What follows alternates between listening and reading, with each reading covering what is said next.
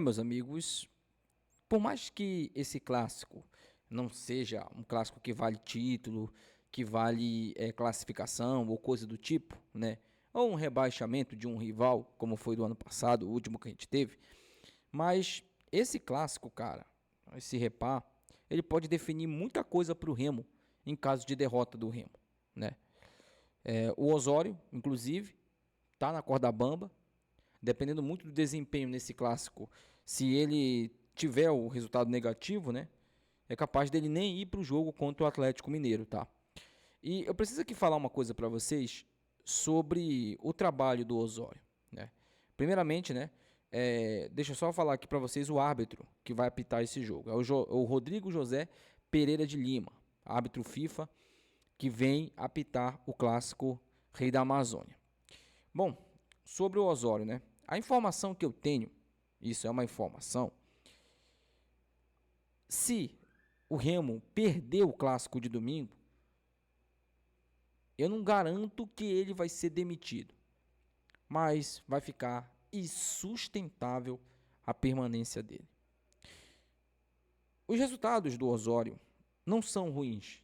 Se você observar, ele tem uma derrota fora de casa pelo Brasileirão da Série A com um time de Série B. Ponto. Ganhou a Supercopa Grão-Pará, beleza, foi no sufoco contra o Águia, mas ganhou.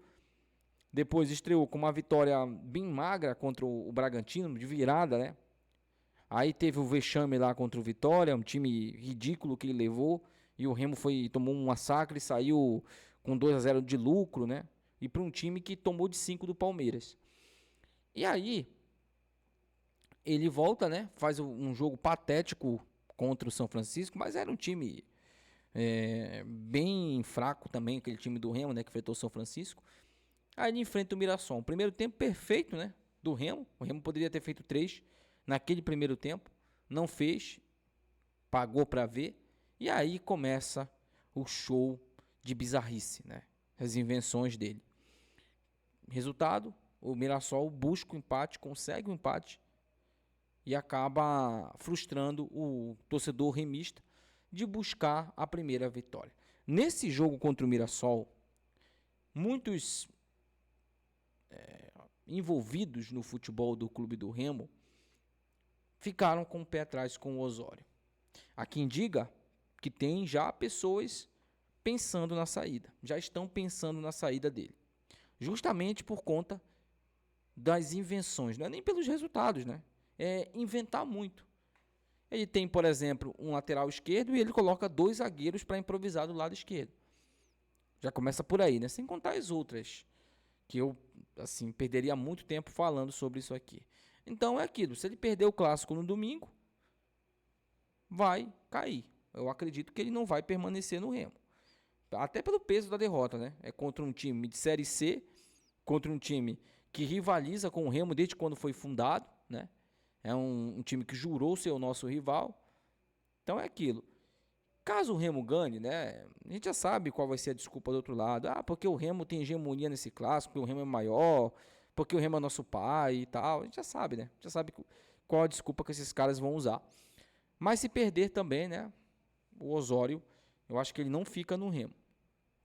A insatisfação é demonstrada. E eu tenho um palpite também sobre o que a diretoria vivenciou ano passado com o treineiro, cara. Deixou um pouco sem paciência o Tonhão, por exemplo. Porque todo mundo sabia, chegou um momento que todo mundo sabia que o treineiro não ia conseguir o objetivo do Remo, que era o acesso, né? O objetivo do Remo naquela Série B sempre foi o acesso. E aí todo mundo percebeu que o treineiro não ia conseguir. Só que no momento que a diretoria tomou a decisão de demitir ele, o Marcos Braz estava lá e segurou o cara. Não, porque a multa é alta. Nunca foi, gente, nunca foi dinheiro. Até para a renovação do Guto, nunca foi dinheiro. Nunca foi dinheiro, tá? Ah, estamos pensando no... Não, não, não, não. Quantos treinadores a gente já mandou embora, pagou multa, às vezes até sem dinheiro. Então nunca foi dinheiro. Mas Marcos Braz ficou meio que chateado, né? Porque queria manter mais o amigo dele, o treineiro. O treineiro permaneceu até onde deu, até na derrota fatídica para o Atlético Goianiense, onde teve a virada de chave do Remo. E a diretoria deve ter revivido isso, né? Pô, cara, mais um técnico que o Braz trouxe que não tem condições, né? O cara inventa mais do que soluciona os problemas, né? Ele inventa mais problemas do que ele soluciona. Então a diretoria está com esse pensamento. Vocês querem minha opinião honesta? Eu não acho que o Osório cai domingo. Por quê? Porque o Remo não vai perder o clássico. O Remo só vai perder, mano, se o Osório fizer muito esforço. Muito esforço mesmo. É por isso que eu acho que ele cai domingo. Porque para perder, para esse time ruim da Mucura aí, tem que fazer muito esforço. Ah, você está sendo soberbo. Não, não estou sendo soberbo não, cara. Eu não estou sendo soberbo. Eu estou agindo na realidade aqui. O time da Mucura é fraco. É cheio de jogadores de base. Gente, jogador de base, ou ele é diferente, ou ele não consegue jogar, pô. Porque é muita... Imagina esses meninos entrando numa pressão, que é um clássico, sabendo que do outro lado está um adversário de Série A. Puxado, né? É puxado. Mas eu acho que vai ser um jogo duro. Eu não acho que vai ser goleada. Não, não. Eu acho que o Remo vence, mas não acho que vai ser uma goleada. Vai ser uns 3-1 para o Remo, né? Um placar ali que eu acho que é totalmente possível de acontecer. Acredito que seja isso. E é por isso que eu acho que o Osório não cai. Porque o Remo vai ganhar o jogo. E o clássico não é parâmetro. A Mucura não é parâmetro para nada, né? Vou até usar a frase do Marcelo Guedes. A Mucura não é parâmetro para nada, pô.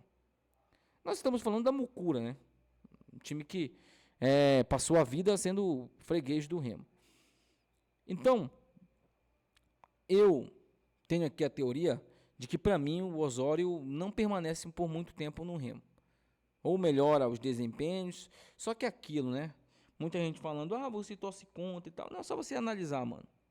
Você acha que o Osório vai mudar o jeito dele de escalar time, de inventar jogador? Você acha que ele vai mudar? Eu não acho.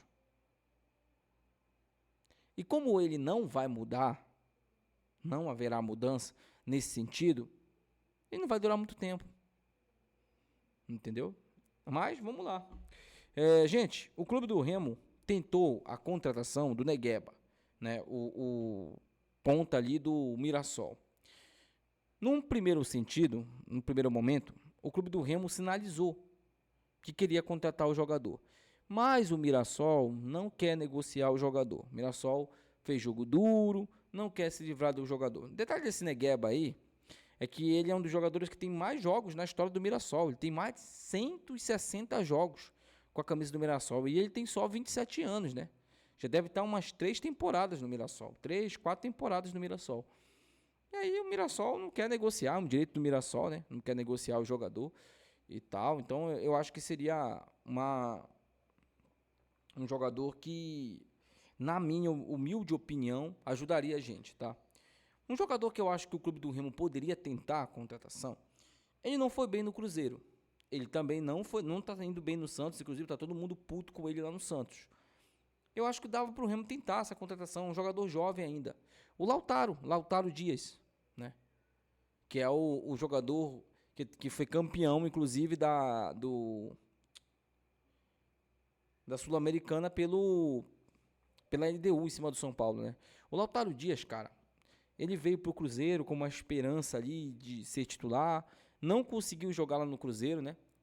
E foi pro Santos. E no Santos, meu amigo, a torcida do Santos não quer esse cara entrando em campo. Não quer ele jogando, não quer. Eu tentaria, sabe?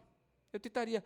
Porque às vezes você traz um jogador desse, que é bom jogador, o Lautaro é bom jogador, ele não é ruim, ele não é um pereba.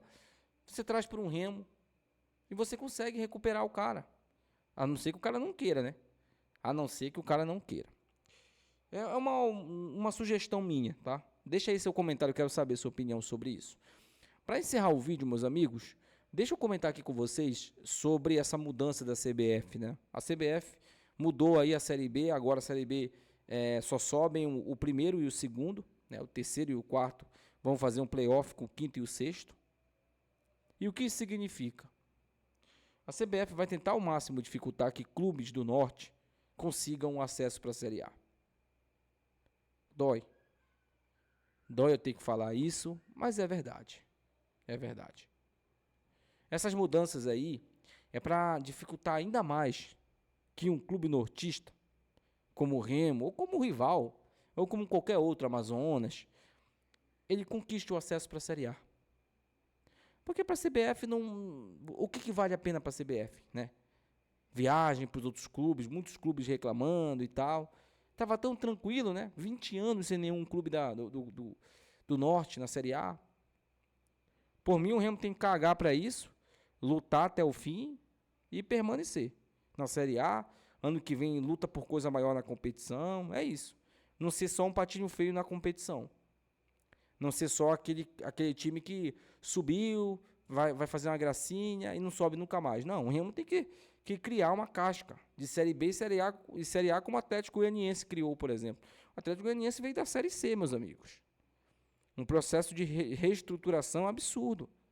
O time foi parar na Série A. Conquistou, inclusive, uma reestruturação melhor até que o do Goiás, o Atlético Goianiense. Por quê? Porque trabalhou de modo sério. Desde 2010, o Atlético Goianiense, né, joga Série A, Série B, Série A, Série B, sempre subindo ali, né? Enquanto isso, o Remo estava ali, perambulando pela Série D, pela Série C, pela Série B, pela Série A. Então, agora, é visível que a CBF não quer um clube do Norte novamente na Série A. É visível isso, tá? E eles farão o possível para que um clube do Norte não volte para a Série A. Mas nós temos, sim, que lutar, né? Quem sabe um dia a gente não pode ver um grande clássico paraense na Série A, né? Remo e Tuna. Quem sabe um dia. Mas, até lá, a gente fica aí apenas com o Remo, né? Bom, até o próximo vídeo, meus amigos. Tchau.